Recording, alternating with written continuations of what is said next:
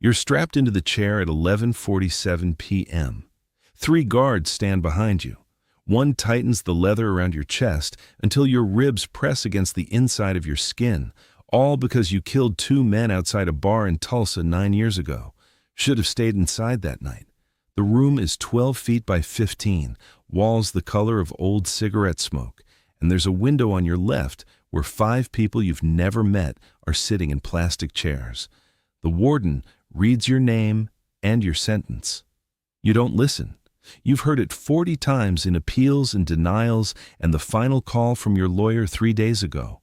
The leather digs in harder when you breathe. Your wrists are locked flat against the armrests with steel cuffs that don't move when you test them. The floor is concrete. There's a drain under your feet. This is lethal injection, the most common method. 32 states still use it. The chair you're in isn't electric. It's just a chair. Medical gurney in some facilities, a recliner in others. This one's a wooden thing bolted to the floor. They used to strap you lying down, but someone decided sitting up looked more dignified. You wouldn't know. You've been on the row for 9 years, and this is the first time you've been in this room. The needle goes in at 11:52. A nurse does it. Not a doctor. Doctors won't. The Hippocratic Oath doesn't cover execution, so the job falls to whoever's willing. She doesn't look at your face, just finds the vein in your left arm and tapes the line down. The IV bag hangs from a steel pole next to your shoulder. Clear liquid, saline first, keeps the line open. 3 chemicals follow. Sodium thiopental puts you under. Pancuronium bromide stops your lungs. Potassium chloride stops your heart. You were told this in orientation 6 weeks ago. A man in a tie stood in front of your cell and read it off a clipboard like he was explaining a breakfast menu. You asked how long it takes. He said 8 to 10 minutes if it goes right. It doesn't always go right. You've heard the stories on the row. Collapsed veins, missed veins, men who stayed awake through the second drug and suffocated while paralyzed. One man took 40 minutes, but you don't think about that now because the sodium thiopental is already moving up your arm and your vision is starting to blur at the edges. The warden asks if you have any last words. You don't. You had them written down 2 weeks ago, but you don't remember what they said. Your lawyer read them. Your mother read them. That was enough. The warden nods. Someone behind the glass presses a button. You don't see who. The room tilts. Your ears fill with a sound like water running through pipes. You can't feel the leather anymore. You can't feel the chair. The 5 people in the window are still there, but their faces have turned into shapes without edges. You try to count your breaths, but you lose count at 3. Then nothing. Electric chair is older. 30 years ago it was the default. Now only 8 states keep it as an option, and most of those offer lethal injection first. The chair itself is wood or metal depending on the facility. Belmont State Prison still has the original one from 1923. Oak frame, leather straps, a metal cap that fits over your head like a salad bowl. You sit down. They strap your chest, your arms, your legs. A wet sponge goes between your scalp and the cap, conducts the current. Without it, your hair catches fire. 2,000 volts for 30 seconds, breaks in the middle. Another jolt to finish. Your body locks. Muscles seize. The current cooks you from the inside. Temperature hits 200 degrees in your organs. Blood boils. Eyeballs can rupture. The smell is what people talk about. Burned meat. It fills the room and sticks to the walls. You don't feel it.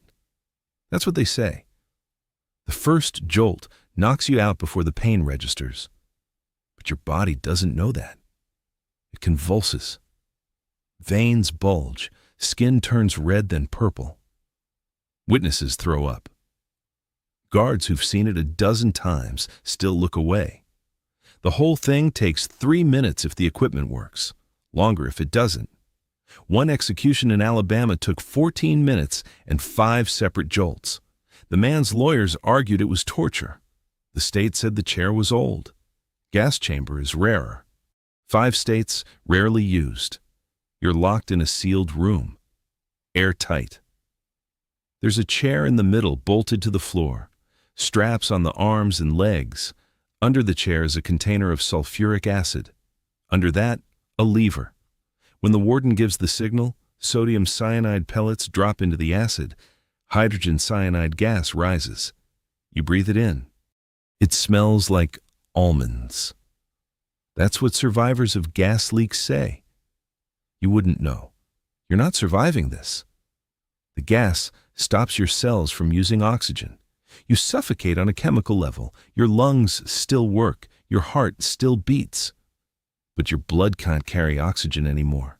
You gasp.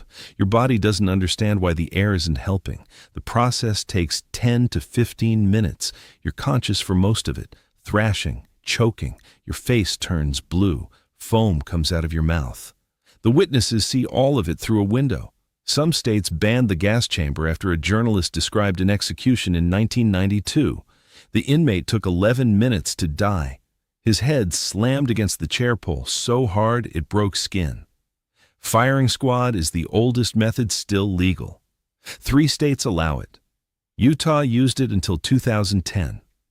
Oklahoma brought it back as a backup in 2015. You stand against a wall or sit in a chair. A hood goes over your head. 5 riflemen stand 20 feet away. 30-06 rifles. 1 rifle has a blank. Nobody knows who. It's so each man can tell himself he wasn't the one who killed you. They aim for your heart. A target is pinned to your chest.